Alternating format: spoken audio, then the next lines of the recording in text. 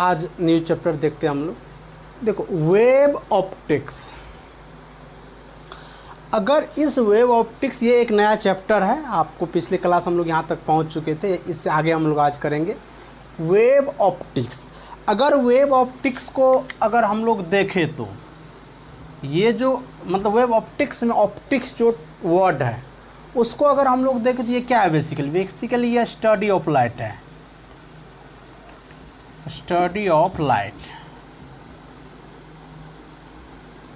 ये तो पता है ना, वेव ऑप्टिक्स में ये ऑप्टिक्स जो वर्ड है वो क्या है, स्टडी ऑफ लाइट है। एंड लाइट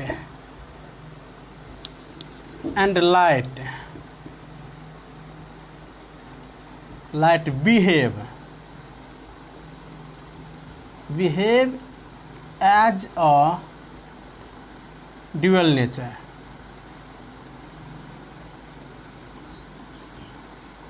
समझ में आ रहा है ना। देखो बेसिकली, और ये ड्यूअल नेचर में बेसिकली ये समझो कि वेव ऑप्टिक्स जो वर्ड है ये बेसिकली किसका मतलब ऑप्टिक्स जो वर्ड है वो बेसिकली किसका स्टडी है, लाइट का स्टडी है। पर लाइट क्या करता है, ड्यूअल नेचर को शो करता है। और इन्हीं की ये ड्यूअल नेचर के अकॉर्डिंग ऑप्टिक्स को दो पार्ट में बांटा गया है। एक पार्ट ज्योमेट्रिकल ऑप्टिक्स और दूसरा वेव ऑप्टिक्स। अब देखो ये जो ड्यूअल नेचर का मतलब है कि ये लाइट दो तरह से मतलब कोई काम कर सकता है, जिसमें एक नेचर है वो वेव है और दूसरा नेचर पार्टिकल का। समझ आ रहा है ना। अब देखो वेव नेचर का स्टडी हम लोग वेव ऑप्टिक्स में करते हैं। ये वेव जो बेसिकली लाइट का दो नेचर शो करेगा, एक क्या है वेव और दूसरा पार्टिकल। इस वेव नेचर को हम लोग कहाँ स्टडी करेंगे, वेव ऑप्टिक्स। और पार्टिकल नेचर ज्योमेट्रिकल ऑप्टिक्स में हम लोग उसको स्टडी करते हैं।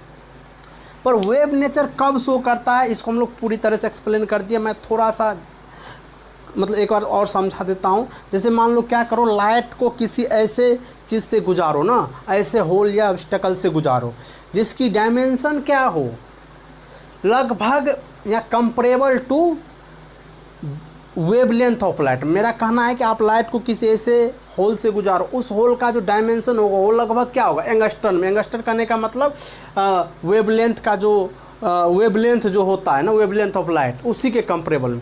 आप दूसरा एग्जांपल ऐसे समझ सकते हो। ऐसे मानो कि एक कोई रास्ता है ना, ऐसे रास्ता बना, उससे पर सेकेंड क्या होता है 10 लोग पास कर जाता है। हमने क्या कि अभी रास्ता ऐसे है तो क्या हुआ, इससे 10 लोग पास अभी कर रहा है पर सेकेंड।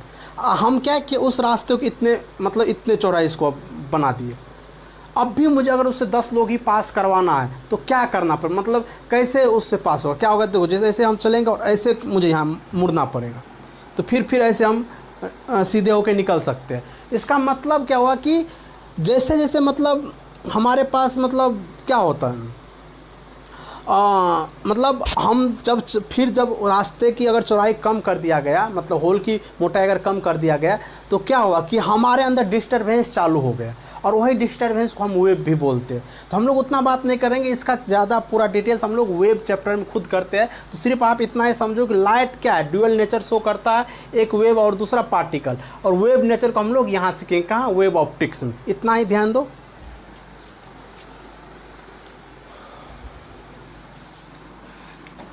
अब देखो वही बात है, हाउ मतलब कैसे करता है वेव नेचर पर लाइट कैसे करता है, मतलब वेव ये मतलब सो उसको हम लोग कहाँ सीखेंगे, इसी चैप्टर में।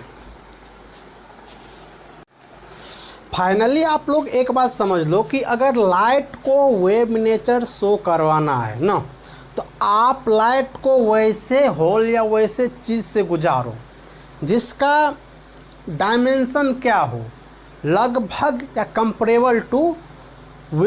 कंपेरेबल या इक्वल टू ही मान लो वेवलेंथ ऑफ लाइट। इतना ही दिमाग में रखो। उस समय लाइट कौन सा नेचर शो करेगा, वेव नेचर। और जनरली आप किसी चीज़ पे गिराओगे, मतलब आप मान लो कि किसी वॉल पे, किसी मिरर पे, जो भी हो, तो वहाँ वो पार्टिकल नेचर शो करता है। इतना ही बात करेंगे, ज़्यादा हम लोग नहीं करेंगे। अब देखो बेसिकली हम लोग कौन से चैप्टर स्टार्ट किए, वेव। आप लोग मतलब वेव का जो, जैसे अभी वेव ऑप्टिक्स है, लेकिन आप लोग एक इक्वेशन वेब ऑप्टिक्स में पढ़े हो, जनरल इक्वेशन ऑफ क्या, वेव, क्योंकि उसको जानना बहुत ज़रूरी है, क्योंकि उसके बिना आप यहाँ आगे नहीं बढ़ सकते हो। हाँ, हम लोग यहाँ उस इक्वेशन को ड्राइव करना नहीं यहाँ सीखेंगे, कुछ भी नहीं करेंगे, सिर्फ जो इक्वेशन हम लोग वेब ऑप्टिक्स में सीखे हैं सिर्फ उसका इंट्रो यहाँ समझेंगे। जैसे देखो आप लिख हेडिंग दे सकते हो, जनरल इक्वेशन ऑफ वेव। क्या, जनरल इक्वेशन ऑफ वेव।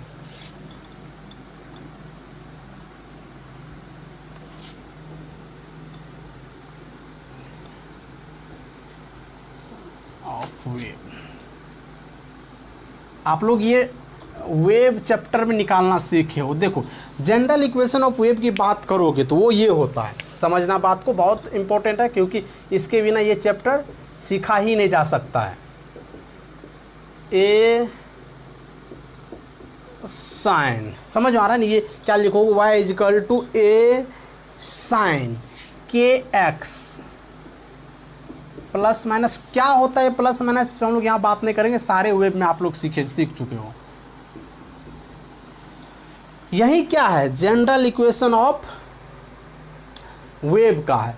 अब हम लोग क्या करते हैं इसमें, जैसे कि मान लो कि ए दिख रहा है, के दिख रहा है, एक्स दिख रहा है, डब्ल्यू दिख रहा है, या सॉरी ओमेगा इसको बोलो, डब्ल्यू नहीं बोलो, ओमेगा दिख रहा है, टी दिख रहा है। तो बेसिकली ये सब है क्या, इसको हम लोग सिंपली वर्ड में इंट्रोड्यूस कर देते हैं। बेसिकली ये जो आपको दिख रहा है ये एम्पलीट्यूड है, एम्पलीट्यूड,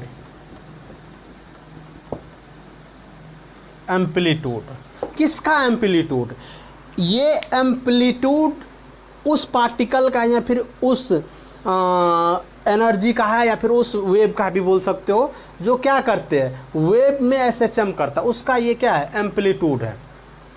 समझ आ रहा है, जो क्या होता है मीन पोजीशन से एक्सट्रीम की डिस्टेंस या डिस्प्लेसमेंट बोलो होता है। आप इतना ही समझो, ज़्यादा समझने की कोई ज़रूरत इस चैप्टर में, सिर्फ इसके इंट्रो का ही यूज है। उसके बाद है ये के, ये क्या है, एंगुलर, एंगुलर वेव नंबर,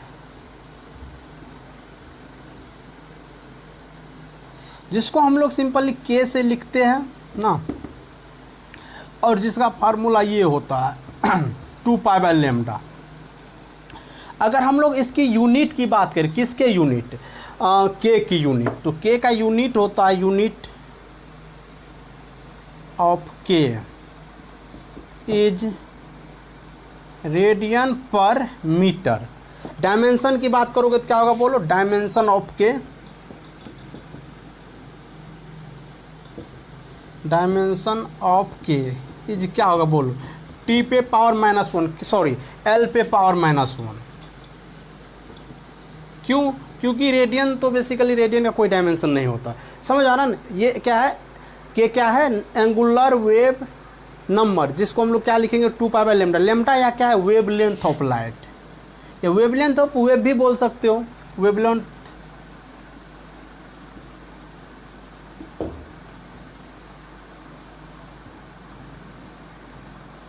हम सिर्फ लिखेंगे वेव लेंथ, ये वेव लेंथ है। अब x की बात करें, ये क्या है, ये पोजीशन है, x क्या है, किसी पार्टिकल का पोजीशन। y क्या है, डिस्प्लेसमेंट, ये y क्या है, डिस्प्लेसमेंट।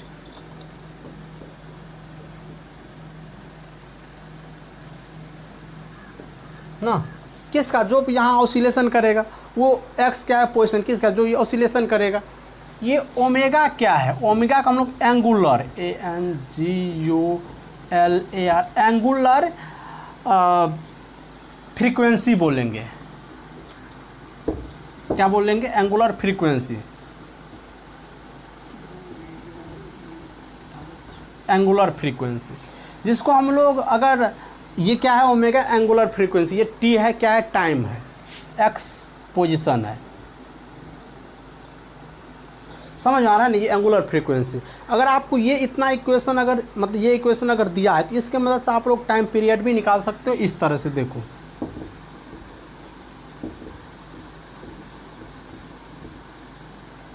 समझ आ रहा है, ये क्या है, T capital T, time period. समझ आ रहा है ना, ये 2π/ω, क्योंकि ये बात आप पहले से भी जानते हो। इसी को आप ऐसे भी लिख सकते हो, टाइम पीरियड को 1/f लिखते हो आप, एफ क्या है फ्रीक्वेंसी, क्या 2 पाई बाय ओमेगा लिखोगे, यहाँ इसी को क्या लिखोगे, omega equal to 2 pi f. ये सब छोटे छोटे फार्मूला याद कर लो, पर इम्पोर्टेंट है इस चैप्टर में। क्या मतलब ये सब जो भी अभी लिख रहा बोर्ड पे, ये 5 चैप्टर इम्पोर्टेंट है। SHM, wave, sound, wave optics, electromagnetic wave and AC, ये 5-6 चैप्टर ये सब इम्पोर्टेंट है। आप अच्छे से लिख लो, जनरल इक्वेशन ऑफ वेव करके आप जो भी चीज़ आपको बोर्ड पे दिख रहा है सारे चीज़ को लिख लो। आप चाहे तो एक क्वेश्चन यहाँ कर सकते हो, मतलब y इजकल टू यहाँ कुछ ले लो, यहाँ कुछ लेके आप डायरेक्ट पुट करके वैल्यू कुछ भी निकाल सकते हो, और भी काफ़ी चीज़ यहाँ से निकाल सकते हो, लेकिन हम लोग उतना बात नहीं करेंगे इस चैप्टर में। वैसे क्वेश्चन नहीं पूछा जाता इस चैप्टर में, जो पूछा जाएगा हम लोग को इतना का ही ज़रूरत है उसके लिए। देखो वेव ऑप्टिक्स में हम लोग बेसिकली लाइट के वेव नेचर के बारे में हम लोग सीखते हैं। बेसिकली लाइट के कितने नेचर है, 2 नेचर, एक वेव और दूसरा पार्टिकल। इसका मतलब ये है कि लाइट जो चीज़ शो करता है, it means refraction, diffraction, reflection, interference, और भी जो भी चीज़ है, पोलराइज जो भी हो, तो उसका जो दोनों नेचर है, जैसे कि पार्टिकल और क्या वेव, इन दोनों को भी शो करना पड़ेगा। समझ में आ रहा है ना। तो वेव मतलब वेव को भी क्या वो सब शो करना पड़ेगा, और पार्टिकल को भी। समझ में आ रहा है ना। तो जैसे कि मान लो कि ये जो चैप्टर वेव ऑप्टिक्स है, इसमें ये चैप्टर बेसिकली प्रिंसिपल पे ही बेस्ड है, ऐसे समझो। कुछ ही चीज़ हम लोग विदाउट प्रिंसिपल पढ़ेंगे, नहीं जो भी है एक्सपेरिमेंट या प्रिंसिपल पे ही बेस्ड है ये चैप्टर पूरी कंप्लीटली। इस चैप्टर का और एक इम्पॉर्टेंट बात समझ लो, जैसे मान लो कि ये चैप्टर आपके 12 के बोर्ड में है, हर किसी बोर्ड में है, तो अगर आप बोर्ड एग्ज़ाम 12 का देने वाले हो तो आपके लिए इस चैप्टर से कम एक 5 नंबर का क्वेश्चन आने वाले ही है, आने वाले ही है। एंड अगर आप JEE, नीट ऐसे लेवल का कोई 12 लेवल का एग्ज़ाम देते हो, समझ आ रहा है ना, तो उसमें भी कम से कम एक क्वेश्चन यहाँ से आएंगे ही, कम से कम एक क्वेश्चन आएंगे ही। तो इतने इम्पोर्टेंट है ये, इसको ध्यान में रखो अच्छे से। समझ आ रहा है ना। तो बेसिकली अब हम लोग बात करेंगे, जैसे अभी बात किए कि लाइट के कई नेचर शो करते हैं ना, उसमें से उसी का अगर पार्ट वेव है तो वेव को भी वो सब नेचर शो करना पड़ेगा। और वेव ऑप्टिक्स क्या है, basically study of wave nature of light. तो बेसिकली वेव में दो साइंटिस्ट पहले बात करेंगे। जैसे मान लो कि उसमें से पहला जो प्रिंसिपल है वो है हाइजेंस प्रिंसिपल ऑफ वेव। अब देखो हाइजेंस साहब एक साइंटिस्ट है जो क्या किए, वेव के लिए जो अपना प्रिंसिपल दिए, एंड उसके अकॉर्डिंग उसने रिफ्रैक्शन सबको ऐसे कुछ चीज़ों को शो करवा दिया। उसी चीज़ को हम लोग इस चैप्टर में देखेंगे ही। उससे पहले हम लोग ये देखते हैं कि हाइजेंस प्रिंसिपल ऑफ वेव है क्या। उससे पहले एक चीज़ आप अभी कुछ देर पहले सीखे कि जनरल इक्वेशन ऑफ वेव क्या होता है, ए sine k x minus omega T, के एक्स माइनस ओमेगा टी, जिसमें इसको हम लोग फेज बोलते हैं। हमने वहाँ लिखे थे इसलिए मैं लिख देता हूँ, जिसमें इसको हम लोग क्या बोलते हैं, फेज बोलते हैं।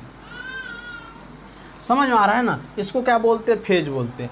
देखो ये कब कांस्टेंट होगा, ये phase basically phase PHAS phase के एक्स माइनस ओमेगा टी, ये कांस्टेंट कब होगा बोलो तो, जब x भी कांस्टेंट हो जाए और t भी क्या हो, कांस्टेंट फॉर टाइम दोनों ही कांस्टेंट हो जाए, तो बेसिकली क्या होगा, फेज भी।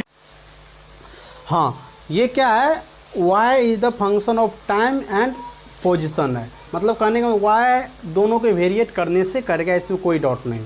देखो पर ये जो एंगल में जो भी यहाँ से यहाँ लिखा है इसको आप क्या बोलोगे, phase.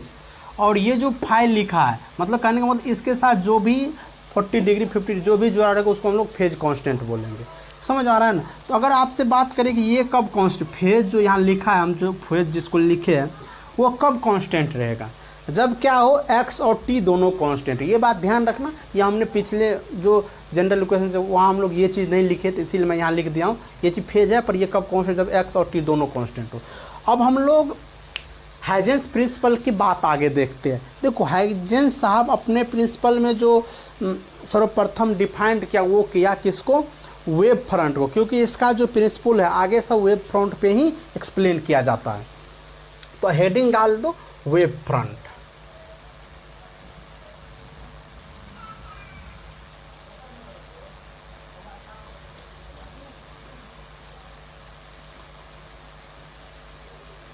Wave front,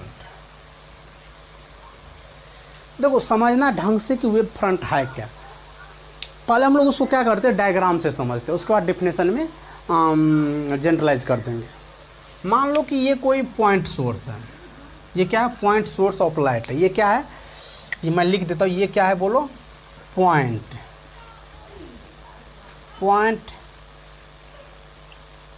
point source of light है। ये क्या है, पॉइंट सोर्स ऑफ लाइट है।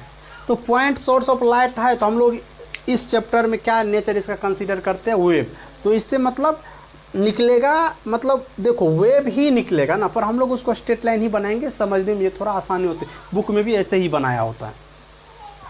मान लो कि ये जो पॉइंट सोर्स है उससे लाइट ऐसे निकलेगा, लाइट ऐसे निकलेगा, लाइट ऐसे निकलेगा, लाइट ऐसे निकलेगा, लाइट ऐसे निकलेगा, कोई दिक्कत नहीं। समझ आ रहा है ना, ये पॉइंट सोर्स है और समझ आ रहा है ना, उससे लाइट ऐसे निकले, इसमें कोई दिक्कत नहीं। अगर हम लोग क्या करें, इस पॉइंट सोर्स ऑफ लाइट का एक लोकस बनाना चाहे, इसके सेंटर से कुछ दूरी पे, मान लो 2 मीटर, 10 सेंटीमीटर, 2 सेंटीमीटर, जनरल दूरी x1 मान लो या x मान लो, हम लोग क्या एक लोकस बनाना चाहे तो कैसा बनेगा समझना। आप एज्यूम करो कि एक बल्ब यहाँ है ना, उससे कई लाइट ऐसे ऐसे ऐसे ऐसे निकल रहा है, और हम क्या चाहें, उसका एक पॉइंट सोर्स का लोकस बनाना चाहें x दूरी पे, तो क्या वो एक स्फेरिकल ऐसे बनेगा ना। तो वही बात यहाँ समझो कि अगर बेसिकली एक तो हम लोग ये बोर्ड पे बना रहे, इसीलिए आपको नहीं महसूस होगा कि ये क्या स्फेरिकल बना, आपको ऐसे लगेगा कि ये सर्कुलर बनेगा, लेकिन ऐसा नहीं, ये स्फेरिकल बनता है। तो मान लो कि हमने क्या करे, इसके सेंटर से, मतलब जहाँ सेंटर नहीं बोलेंगे अभी, पॉइंट सोर्स ऑफ लाइट के कुछ दूरी पर एक लोकस बनाना चाहते, देखो कैसे बनेगा।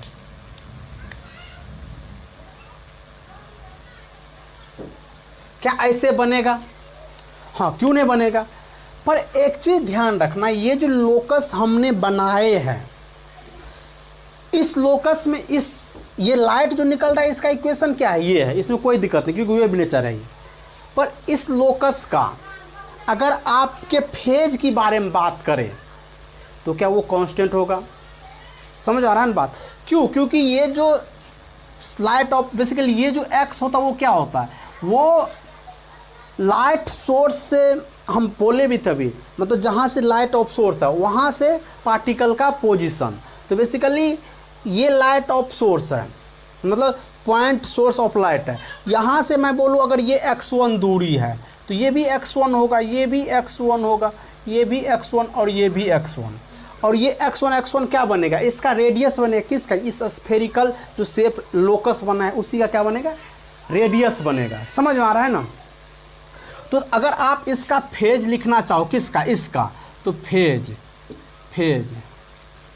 Phase of this locus is constant. कितना? के x1 माइनस ओमेगा टी। समझ आ रहा है ना? और इसी लोकस को वेव फ्रंट बोला जाता है। ध्यान रखो, किसको वेव फ्रंट बोला जाता है? इसी लोकस को।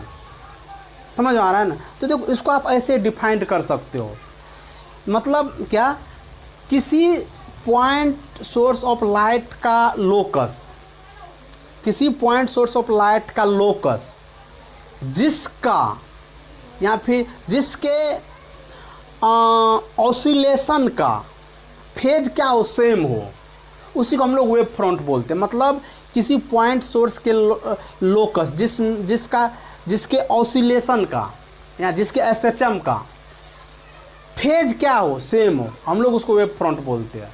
ऐसे इंग्लिश में आप ऐसे बोल सकते हो, the locus of point source of light, the locus of point source of light, the locus of point source of light. समझ आ रहा है ना?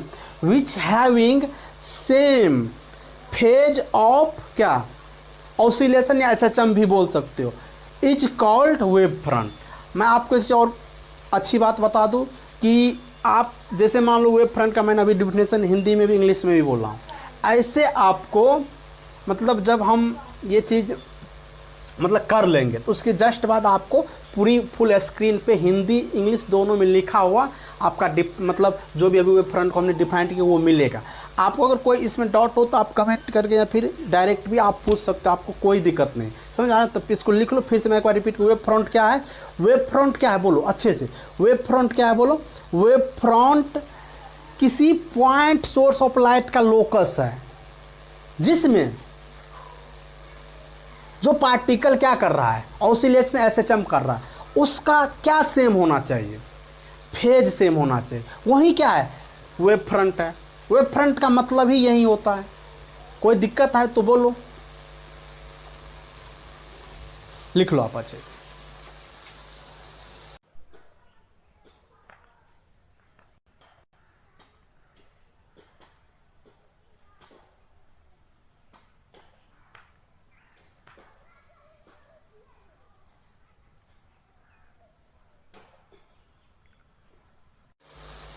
देखो इसको आप क्या बोल सकते हो, ये जो वेव फ्रंट है, मतलब देखो यहाँ आप कुछ दूरी बाद और भी ऐसे बना सकते हो ना।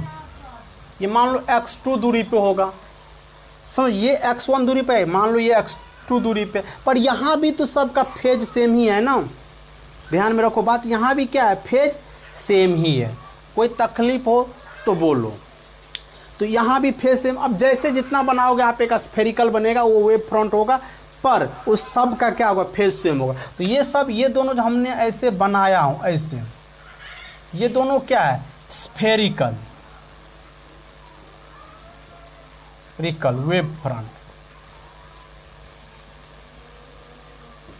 ये क्या है? Spherical wave front. ये चीज ध्यान में रखना, प्रिंट कर लो अच्छे से। देखो ऐसे समझो कि अगर मैं बोलूँ कि स्पीड ऑफ या फिर velocity of the wave 10 metre per second, तो ये 10 मीटर पर सेकेंड किसका रियल में वेलोसिटी होता है? वो एनर्जी का, क्योंकि लाइट जो यहाँ से यहाँ आ रहा है, इसका मतलब कौन यहाँ से यहाँ आ रहा है? एनर्जी आ रहा है। सब खेल एनर्जी का हम फर्स्ट क्लास में ही बात किए थे, समझ आ रहा है ना। तो अगर मैं यहाँ बात करूँ, कौन आ रहा है? एनर्जी आ रहा है। तो अगर ये जो मतलब यहाँ जो लाइट सोर्स ऐसे चल रहा है, ये क्या? एनर्जी ही चल रहा है ना, इसमें कोई दिक्कत नहीं है ना। तो अगर आपको ऐसे यहाँ भी अगर मैं इधर बोलूँ, ये लाइट ऑफ सोर्स है ना, मतलब लीनियर है, यहाँ प्लेनर भी लाइट ऑफ सोर्स है, तो यहाँ से भी कौन निकल रहा है? ऐसे से एनर्जी। यहाँ भी कौन निकल रहा है? एनर्जी ही निकल रहा है। समझ आ रहा है? लाइट चलने का मतलब एनर्जी ही निकल रहा है। इस पॉइंट, ये जो पैरेलल लाइट ऑफ सोर्स है, उसका मतलब ओरिजिन कहाँ? ये कहाँ से निकल रहा है? इन्फाइनाइट पे माना जाता है। समझ में आ रहा है ना ये बात? मतलब अगर ऐसे पैरेलल मतलब लाइट ऑफ सोर्स हो तो उसका जो स्टार्टिंग पॉइंट वो इन्फाइनाइट पे माना जाता है। ये बात समझ में रखना। तो मैं ये बोलूँ कि इन तीनों डायग्राम में जो आपको दिख रहा है, मतलब प्रोपिगेशन ऑफ वेव, या फिर ऐसे बोल सकते हो the velocity of energy of wave या डिस्टर्बेंस। मतलब मेरा कहने का मतलब ये है कि जो वेव का या डिस्टरबेंस का क्या एनर्जी के वेलोसिटी है, समझो, जो वेव या डिस्टरबेंस के एनर्जी का या एनर्जी के वेलोसिटी है, वो कैसे है? देख लो, हर जगह देख लो, वेव फ्रंट के परपेंडिकुलर है। बात मैं यही कहना चाह रहा था। क्या है? कैसे है? वेव फ्रंट के परपेंडिकुलर है। हर जगह देखो बात को, वेव फ्रंट के परपेंडिकुलर है। समझ आ रहा है ना? तो ऐसे मतलब कहने का मतलब है प्रोपिगेशन ऑफ वेव या डिस्टरबेंस क्या होगा? बोलो बोलो बोलो बोलो। Is perpendicular to the direction, sorry, perpendicular to the wave front, या फिर आप इसको ऐसे भी बोल सकते हो the velocity of energy of the wave या क्या disturbance travel in a direction of perpendicular to the wave front. इसी मतलब जो वेव फ्रंट को डिफाइंड किए, इसी से इसका दूसरा बात भी निकल के आता है। क्या निकल के आता है? The velocity of energy. समझ आए? The velocity of energy of wave travel in a direction of perpendicular to the wave front, मतलब जो लाइट ऑफ सोर्स एनर्जी छोड़ेगा, जो वहाँ से लाइट ऑफ सोर्स एनर्जी छोड़ेगा, वो जो ट्रैवल करेगा वो किस तरह से ट्रैवल करेगा, वो हमेशा वेव फ्रंट के परपेंडिकुलर ट्रैवल करता है। यही बात था इसमें। तो दूसरा जो पॉइंट आप लिखोगे यहाँ कहाँ, मतलब हाइजेंस प्रिंसिपल में, वो यही है कि मतलब the velocity of energy of the wave या disturbance in a direction of perpendicular to the क्या वेव फ्रंट। ये दूसरा पॉइंट आप इसके बाद आपको स्क्रीन पर आ जाएगा, आप उसको लिख लेना।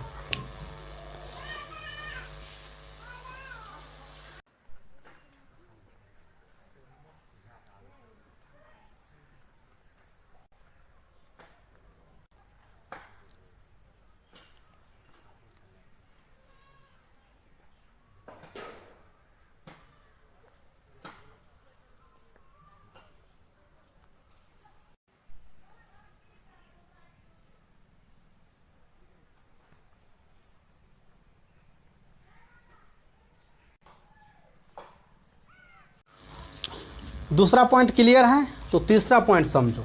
जैसे मान लो कि हर ये जो तीनों वेव फ्रंट है उसी में समझना। अब हम लोग यहाँ थर्ड पॉइंट लिखने वाले हैं, पर समझेंगे यहीं से। मान लो कि एक पार्टिकल आप यहाँ कंसीडर करो, समझ आ रहा है ना, और हम लोग जो भी अभी काम कर रहे हैं वो किसी सिंगल मीडियम में कर रहे हैं। इसको हम लोग होमोजीनियस मीडियम भी बोलते हैं। मतलब जो भी अभी हम लोग लाइट के काम कर रहे हैं, बेसिकली लाइट का स्पीड कब चेंज करेगा, जब वो दूसरे मीडियम में जाएगा। तो हम लोग जो भी अभी काम कर रहे हैं, हाइजेंस प्रिंसिपल जो भी अभी जिसका हाइजेंस प्रिंसिपल का जो भी बात अभी हम लोग सीख रहे हैं, पढ़ रहे हैं, वो कहाँ पढ़ रहे हैं, एक सिंगल मीडियम में ही पढ़ रहे हैं।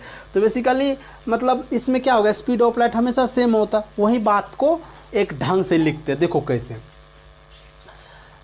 मान लो कि यहाँ से कौन निकल रहा है, पार्टिकल ही निकल रहा है। तो मान लो कि ये एक वेव फ्रंट है और ये दूसरा वेव फ्रंट है।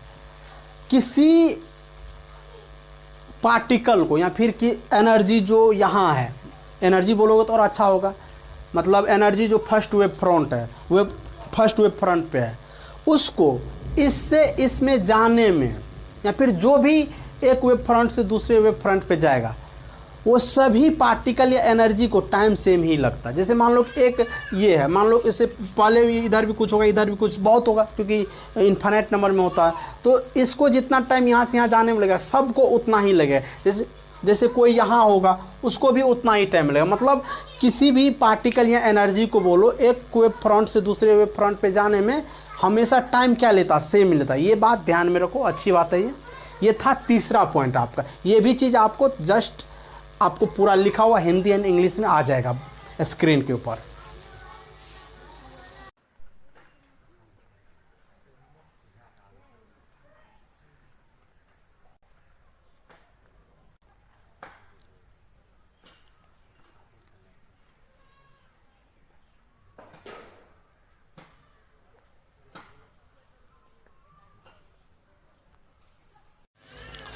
देखो, हाइजेंस साहब का जो लास्ट प्रिंसिपल है वो सेकेंडरी वेवलेट्स के अबाउट है। बेसिकली ये भी एक डिफिनेशन ही है, इसको भी डिफाइंड किया गया। आगे हम लोग इसी के मतलब इसी को मदद से आगे जो भी एक्सप्लेन करेंगे, रिफ्लेक्शन जो भी करेंगे, लास्ट है। इसके बाद और भी कुछ बात, छोटी छोटी बात है, उसको भी हम बताएंगे। लेकिन प्रिंसिपल में लगभग ये 4 बात तक ही सीमित है ना। देखो है क्या वो लास्ट प्रिंसिपल समझना, हम लोग उसको डायग्राम से समझते हैं। जैसे मान लो कि ये एक पॉइंट सोर्स है, हम उतना नहीं लिखेंगे यहाँ, आप लोग जानते हो पॉइंट सोर्स है क्या छोड़ेगा, लाइट छोड़ेगा ऐसे।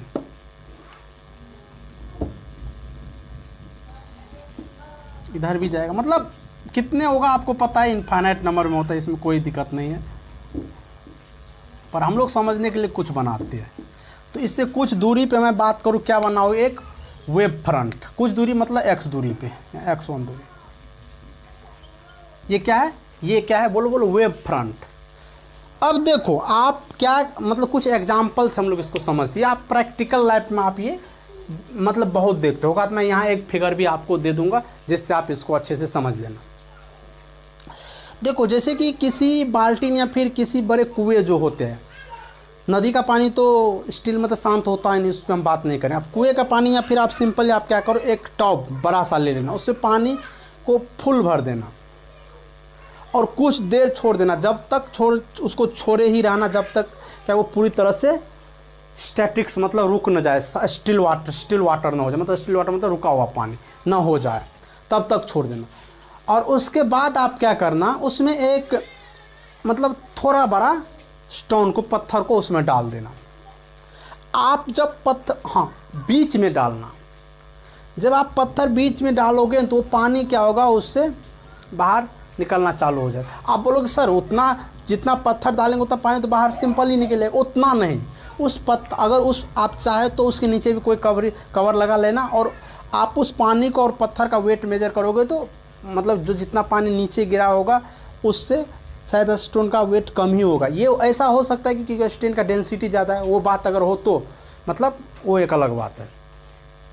लकड़ी डाल के देखना तो समझ आ रहा है ना। तो क्या होगा कि आप एक स्टोन या फिर मतलब जो भी बीच में डालोगे तो पानी क्या होता है, मतलब उससे बाहर निकलना चालू हो जाता है। क्यों ऐसा होता है, आपने क्या किए, बीच में क्या डाला, एक पत्थर को गिराया, पर पानी क्या होता है उसके किनारे से, मतलब जो भी आप टब है उसके किनारे से नीचे गिरना चालू हो जाता है।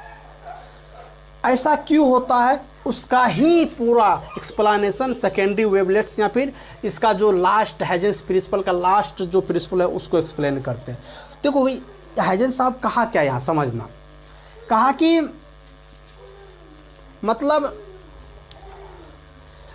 वेव फ्रंट पर जो भी पॉइंट होगा वो एक न्यू डिस्टरबेंस या न्यू डिस्टरबेंस के सेंटर के तरह एक्ट करता है, बिहेव एक्ट करता है, समझ आ रहा है। एंड वो एक नया क्या बनाता है, वेवलेट्स बनाता है, जिसको हम लोग क्या बोलते हैं, सेकेंडरी वेवलेट्स। यही इसका डिफिनेशन समझना फिर से। मान लो कि ये पॉइंट जो है यहाँ कहाँ, इस वेव फ्रंट को, ये बेसिकली क्या है, ये बेसिकली क्या है, वेव फ्रंट है, ये वेव फ्रंट है, ये तो आप लोग अभी समझो वेव फ्रंट है, ये वेव फ्रंट है।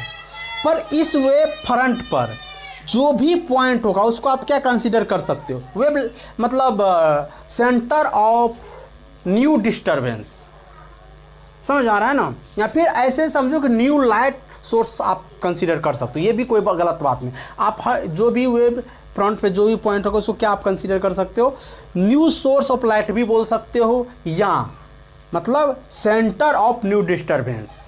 तो मान लो ये सेंटर ऑफ न्यू डिस्टरबेंस है, हर जगह होगा, बीच में भी आप ले सकते हो, कोई दिक्कत, पर हम लाइट जान लिए वही तो डिस्टरबेंस बनेगा ना, हर जगह बनेगा। पर वो क्या करता है, एक न्यू वेवलेट्स को क्या करता है, सेंड करता है। उसी वेवलेट्स को हम लोग क्या बोलते हैं, सेकेंडरी वेवलेट्स है। यही इसकी पूरी क्लियर डेफिनेशन है, और यही वो आप टब में जो पानी रखते हो तब भी होता है, और हमेशा जब भी आप ऐसे कहानी देखते हो तब भी यही होता है। तो जैसे मान लो कि ये क्या करेगा, ये जो हमने वेव मतलब वेव फ्रंट पे एक पॉइंट ऑफ सोर्स माने या फिर न्यू डिस्टरबेंस का सेंटर माने, वो क्या करते हैं, एक न्यू वेव को ऐसे छोड़ता है, और यही क्या है, सेकेंडरी वेवलेट्स, हर जगह होगा ऐसे।